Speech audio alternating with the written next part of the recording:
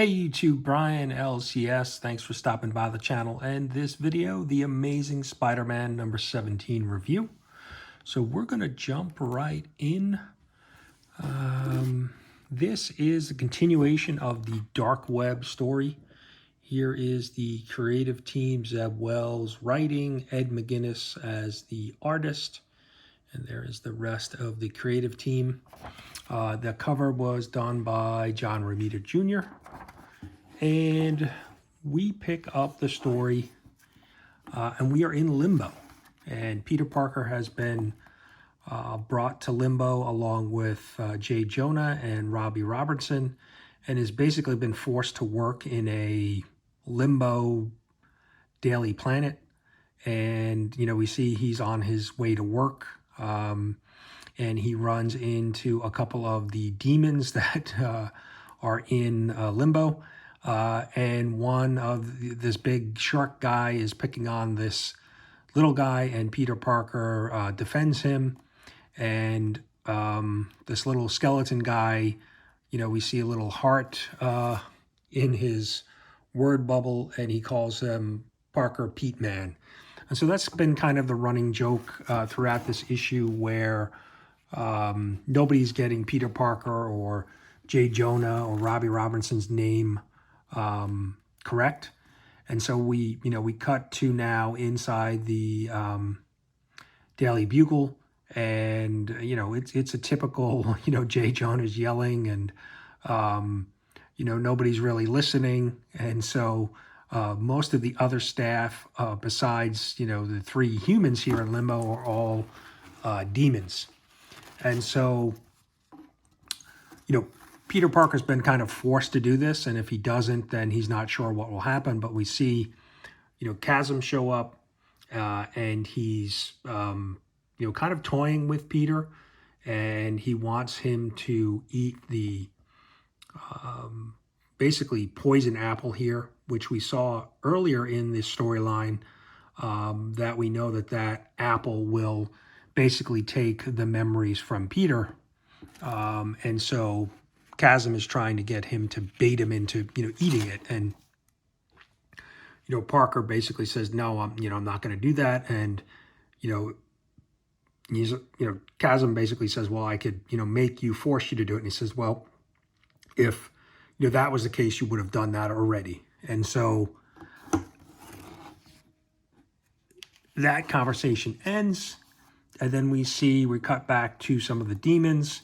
And we see that they are, basically some demons have other demons, and they're basically feeding this one a scorpion, and he turns into a demon version, of the scorpion. And then we see Maddie Pryor for the first time.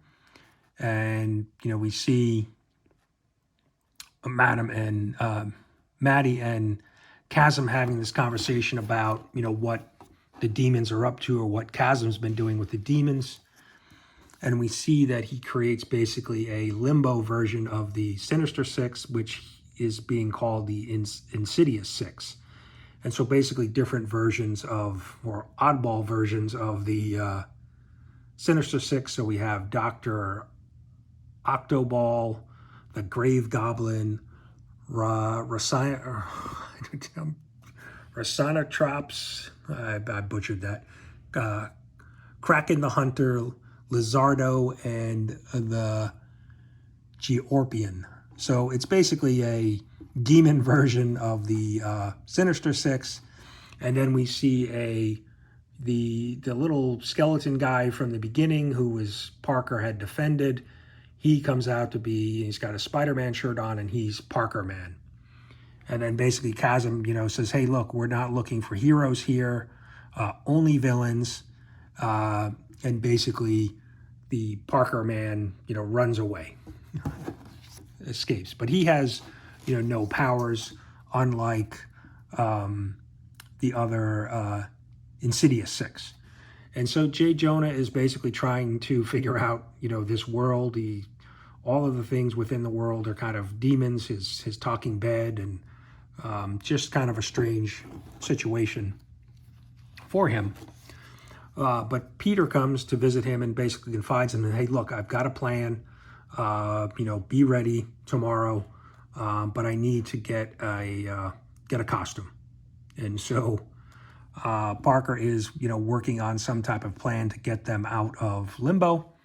And then we cut back to Parker Man, and he's basically walking home, and he's, upset the fact that he doesn't, they're handing out powers to the different, demons within Limbo, and he didn't get any. And he's got a friend here who says, hey, well, maybe I can help you. And we see that in a previous issue, Venom had visited Limbo, and there was a little piece, of the symbiote suit that was left behind. And so Parker Man gets dropped into a big, I guess it's a beaker, and the piece of the symbiote kind of bonds with him, and we'll know a little bit more about that in a bit. And then now we're back at the Daily Planet and Daily Bugle. Daily Planet is a Superman newspaper, not a Spider-Man newspaper. And so J. Jonah is trying to rally the demon troops that work for him. And he's basically saying that, there's been an injustice and that there are demons, running around New York City, and they're scaring humans, and that we need to get to the bottom of this. And so he sends them off to try to find out how the demons from Limbo are getting to New York. So there must be some type of portal. And so, that's the plan. If they can identify where that is, that maybe they can use that to get back to New York and, out of Limbo. And so Spider-Man shows up, and he obviously has to conceal his identity from Robbie Robertson here, because he doesn't know, who Peter and Spider-Man are. And so they, with the office demons, out, they can try to make an escape. And then we see the Insidious Six, catch up with them and basically confront Spider-Man. And there's a little bit of a fight that happens. And, they're really not as challenging as the original team, the Sinister Six. And so then in walks our friend, the little guy, Peter Man, Parker Man, who now has been transformed into Wreck Rap. So basically Parker spelled backwards. And as you can see, there's a little bit of combination. He did have a Spider-Man shirt on, and we see a little bit of the Venom black on his emblem on his chest, and in his webbing on his hands, and he's holding some type of, I don't know if that is a symbiote type weapon or not, but, and that's where the issue ends. So we get the introduction of two different, the team, the Insidious Six, and then Rep. So pretty interesting, issue. I think, the demons and Limbo has been a little hokey for me. And the fact that now we have Chasm here in Limbo, and he's not really kind of, pressuring Peter or doing anything more forceful. They did have a couple of fights prior to, Peter accepting the fact that he'll come to Limbo because his friends were trapped there. So a little bit of a strange storyline, the fact that, that Chasm is so hell-bent on getting his memories back that he's not kind of pushing that issue a little bit further, and they're, letting this, fake Daily, Bugle, working situation occur down in Limbo. And so some of the other issues of Dark Web, the tie-ins have been kind of wrapping up the series, so we're getting close to the end. The latest issue of the X-Men tie-in was very good. Kind of wrapped up a little bit of the Madeline Pryor storyline. So that really felt like it was heading in the right direction. So I'm hopeful that the final storyline here in The Amazing Spider-Man, and then I think there's a Dark Web conclusion book that kind of really wraps up this story pretty well. I'm hopeful. I think we're 2 or 3 issues away from finally being done with this dark web storyline. So, the questions in this book: will the Insidious Six and Rep Rack or Rec Rap be characters that'll move forward? This is considered a key book because it is their first appearance. But who knows? Who knows if they'll last or hang around? My guess is that they probably won't, that they may be wrapped up in the storyline and we may not see them again, but who knows? And I did pick up, just wanted to show it, a variant cover. This is the Amazing Spider-Man 50 homage cover. So this is Amazing Spider-Man 17, but it's the homage to Amazing Spider-Man number 17.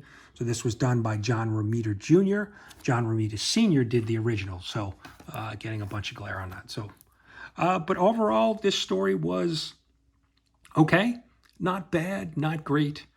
I will give it a 3 web heads out of, no, I'm going to go 2.5, right in the middle. We're going to go 2.5. Right in the middle, not great, not bad, but yeah, kind of that, no thumbs up, no thumbs down. We'll go right in the middle, so we'll give it a 2.5. So that's it, guys. Hope you enjoyed the review. Let me know if you're reading Amazing Spider-Man or the Dark Web story with the tie-ins, or, what do you think? Overall, for me, it's been just an okay storyline.